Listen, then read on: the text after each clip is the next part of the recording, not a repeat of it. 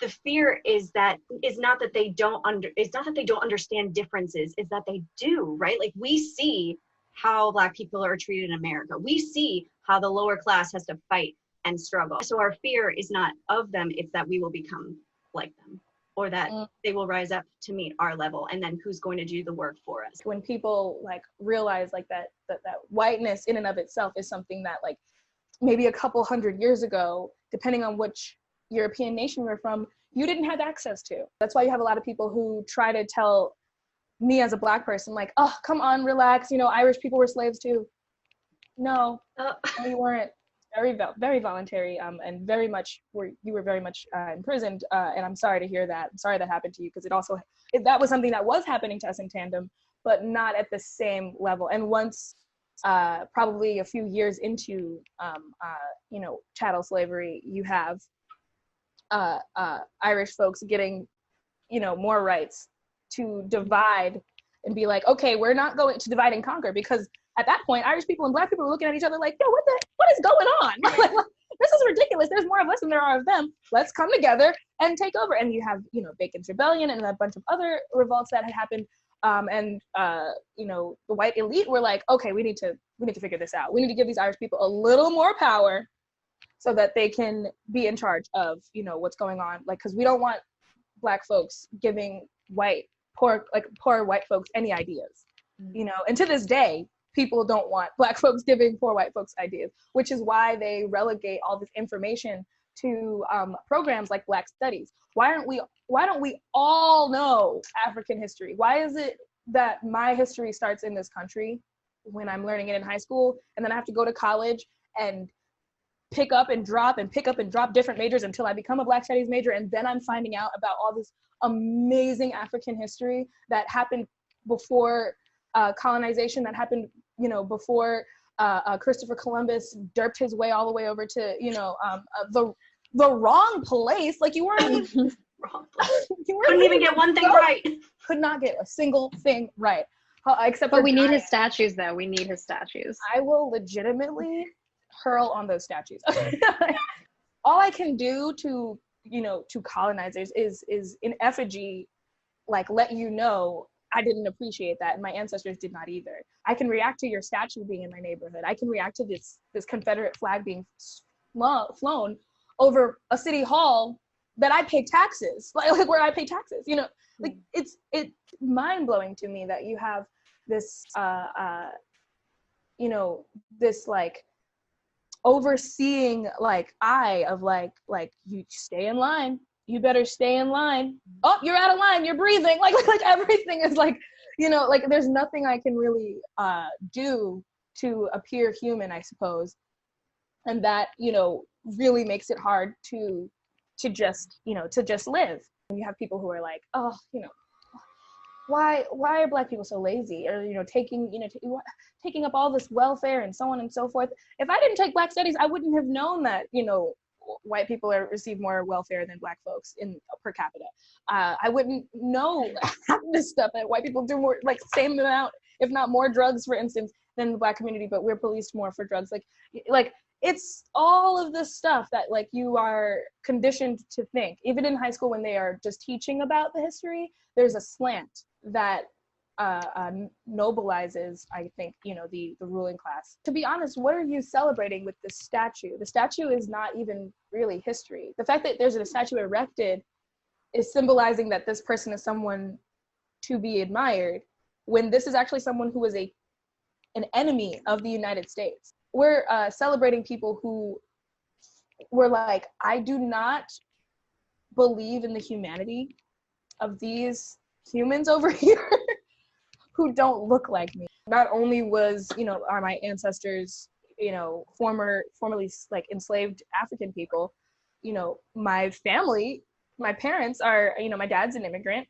Mm-hmm. My mom's parents are from Puerto Rico and different West Indian nations. So I don't really have an American, you know, my American story starts with me. There wasn't really much of an incentive for African folks to send millions of members of the population to the New World, which was not the New World. that world had already been discovered by African sailors 100 years prior. But we don't talk about that. Like we just do not talk about that.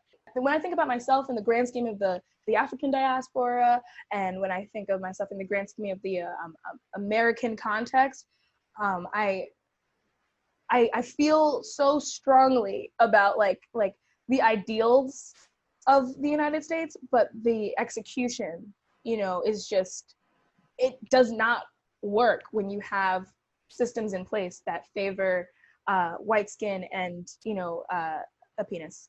Mariah, you're a Black history major. You actually studied this and have all these resources under your belt. But do you ever find that people are often resistant when you try to spew the facts? And what's that like? It's horrible. How do you?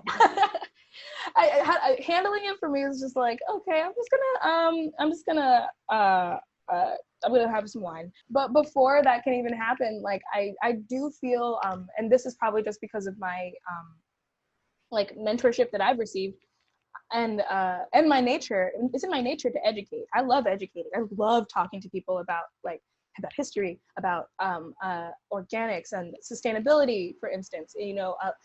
Things that I am passionate about. I love talking about them. So when people are making comments that are just so off of what actually happened, and if they're they're telling themselves because they are conflating stories together and leaving out specific details, or they don't know those specific details, and that's where they're drawing all of this, these beliefs about people of color. But there was a time where I had folks who knew me who were like, why are you posting this? You're being angry for no reason.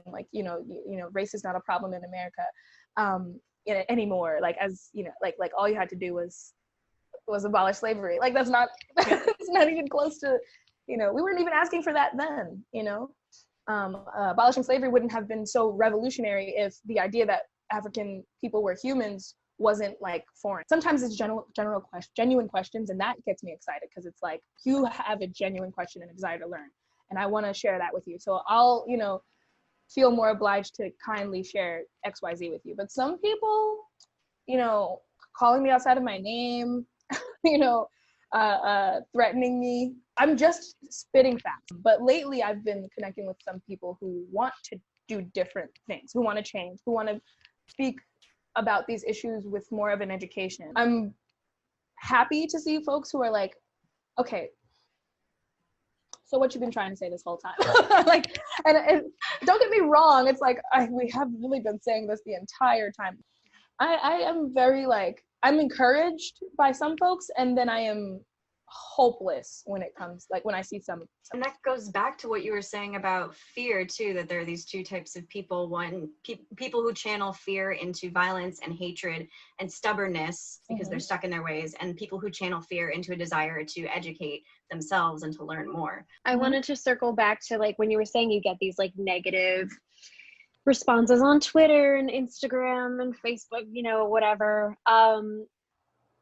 What do you, and just in terms of kind of a self-care, because that can be really emotionally exhausting, obviously. What do you do to sort of bounce back and keep feeling so excited about this work? Thank you. Thanks for asking that question, because I think a lot of these conversations will end with and this is exhausting. All right, everyone, have a great day.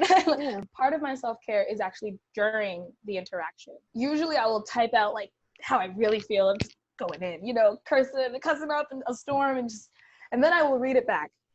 And I will try to embrace not this person's point of view necessarily, or even the person, but I try to embrace a version of myself that I now look back on and I'm oh honey, a version of myself that was very conservative, a version of myself that was very homophobic, a version of myself that was anti-Black, a version of myself that was, in ways I always wanted to be Black, but I never felt Black enough. So I started feeling resentment toward my own community because I wasn't being accepted. But then I started meeting other people who were going through the same thing, and I'm my community is not just my family who's from this region where we believe this thing. like there's all these other people, and like thank God for the internet, I guess, because I'm able to meet and interact with more people who are more like-minded. So part of my self-care practice in that is I usually start with, I'll say how I feel like with all of my feminist rage or womanist rage, and then I will go back and I'll read it and I'll edit it to be more informative and to be more like less abrasive, I guess, less, and not to police myself. I'm not trying to police myself. I am actually trying to invite you in to understand that, like, this isn't even about me and you. This isn't about, the comment you just stated. There's a whole world, behind this post that you are, shit talking in the comments right now. If I can invite you to read, I don't usually suggest books to read and stuff like that, you can do by yourself. But like, if I can invite you to like a concept that you are, butchering right now, for instance, and to really getting it, I feel that empowers me. I noticed that whenever I would post and I was just like rage vomit, it was just like, then it would be a back and forth. And now I'm on this person's level. When I started just saying like, educating and being like, well, actually, blah, blah, blah, blah, blah, I would get either less responses, or I would get, I would get the softest side of this person who actually can understand where I'm going and can understand why this post was posted, but just is like allowing themselves to be threatened by this progressive thought, allowing themselves to be threatened by this movement that's happening because it doesn't look the way they would prefer it to look. You have a lot of people who are like, I guess we can defund the police, but do they have to burn down Target? Target doesn't care. Like Wendy's doesn't care. Like these corporations can be rebuilt and then rebuilt again. They can put like 8 Wendy's on top of the Wendy's that was built. Like they can just stack them up. It's still Wendy's, and the owner of Wendy's still gave Donald Trump millions of dollars. And like, right. That's the conversation we should be having, because now the conversation is not about protecting human life. It's about protecting the corporation. Drawing the attention toward human rights, drawing the attention toward something we can all agree on is that, like, even if this person was resisting arrest, even if this person held up a convenience store, even if this person was blithering drunk, did they deserve to die? Did they deserve not to have a fair trial? Did they deserve, like, to not be able to pay their bail for so long that they, wasted away in jail? They didn't even get to trial. They, like, is this sustainable? Is this actually working for everyone? Or is it not really working for anyone, but especially not a certain type of person? And what can we do about it? Let's finish talking about self-care. After I have pressed send and the person is, shut down forever because they were killed with kindness, I will try to stop scrolling, close my phone, and I'll just step away. I'll check in with myself. Am I hungry? Am I thirsty? Did I finish all the tasks in my, in my daily planner? I will just hyper focus on like what my needs are, because no one else is going to do that. Like, this person is not going to be like, oh my God, you've really opened my eyes. Do you need anything? This person does not deserve this much energy. Okay. Like, this is energy you won't get back. And you want to, like, I want to do more online talks about how white privilege affects me on a local level, on a regional level. So if I'm spending time texting that or typing that up in a comment to one person, I'm now spent. I'm exhausted. I could have used that energy to go on IGTV or IG Live or whatever, and maybe reach more folks and have a more productive conversation. And again, not necessarily even with like-minded people. Now, in this day and age, so much of the movement and the protesting takes place on social media, and that kind of, it shifts the lens a little bit from the macro to the micro, where you get hung up, like you said, on just one person. And I wanted to ask, what's the difference? What's been your experience about, like, going out there and protesting versus going in here and protesting? It is like a different thing. And then sometimes it's hard to see it that way. Like, it's hard to see in here as being part of this movement. And, because because you don't know who's going to be reached or affected. But that's actually a good thing. You don't know, and the potential is limitless, and that's the energy I want to go in with.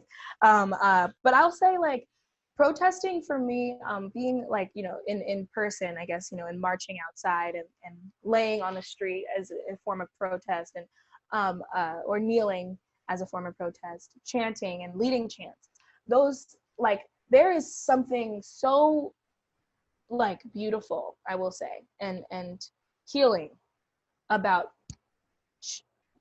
chanting as one for a cause you believe in with thousands of other people. The closest thing I can relate it to is being in like a class, being in a very niche class where you're learning about like transnational feminism, and like everyone is like a transnational feminist, so now we can have this conversation and not be worried about like trolls, but I had trolls in my feminist classes. I had trolls in my Black Studies classes.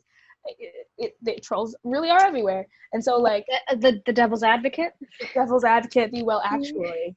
Well, actually, and it's like a bunch of bullshit. I just want to challenge this. Clear that, like, like I don't have privilege. I grew up on a farm. Like, girl, stop. It doesn't make you less, white, for instance. And that's really what you're saying is like, oh, I'm not as white as, as that person because I don't have what they have. I grew up poor because of white privilege too. Like as a white, like, if a white, like when white people realize that, like they're like, but it's like, this is white privilege would only serve me if I like, and very intentional about yielding it, for instance. So like, I had a friend who I grew up with. We literally came up together. He experienced more a class struggle than I did, for instance, in some regard, not in every regard, but in some regard. And he's white and I'm Black. He's Eastern European and I, he's an immigrant and I was born here. Like, okay, here we go. Like, here's the scale. I did something like finish college and, he hasn't done that just yet, literally because of socioeconomic issues. I grew up in a house. I grew up with, lots and lots of books. This is me here, and this is this white person who is like one of my best friends in all time. And I remember when like people were coming out and saying, like, when white privilege was becoming mainstream and people were saying the word was becoming mainstream, he was very offended because he was like, what the hell? How are you telling me I have white privilege? Excuse me, like, you of all people should know that I do not. If there was a job that we were both qualified for instance, and we both put our resumes in, as a Black woman, I probably would not get that job over you. And that's what white privilege, like, that's how you exist in the world as, this white person. You will still be spoken to and treated differently than I will when we walk into the same rooms, even though I grew up with this, with these privileges over you. It's splitting hairs at that point, and when we could really just be focusing on dismantling the whole structure of white supremacy, which isn't serving him or me. What you said earlier about how protesting for people like your father is their form of voting and getting their voices heard, it just really nails the importance of protesting in general.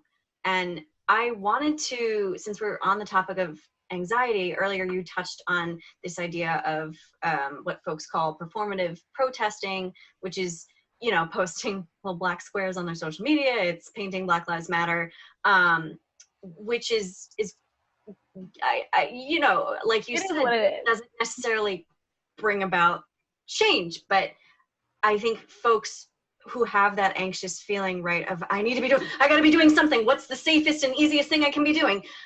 It's like that's the go-to. And I was wondering if you had advice for fellow activists with anxiety, for ways either they can prepare themselves if they decide to go to a protest, or ways that they can other ways that they can be protesting in a sustainable fashion.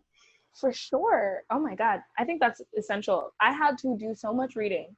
I had to read so much about like ways to protest during COVID. Like, one thing I will say to the anxious activist, do all of the reading. Like, you're not the first person to march. That hopefully provides some solace. Like, you're not the first person to go out of your house and march, and you won't be the only person there. And if crowds give you anxiety, you won't be the only person socially distant from the crowd, because there will be other people who feel the same way and who are like, I don't want to get COVID, but I also don't want to see another Black person killed up by the police. So I'm here, I'm queer, and we're going to do something about this. There is a just do it part, but before the like running in, like, I'm just going to go for it. You want to do some reading. You want to be really prepared. So if you think violence might break out, there's a lot of resources for, when violent protests are happening, things that you can protect yourself with. So like bringing 2 bottles of water, bringing multiple face coverings, keeping your face covered the whole time. And that's something that everyone at protests should be doing, especially now in this facial recognition society that we live in. Where now you have protesters who are being targeted by, law enforcement because of facial recognition.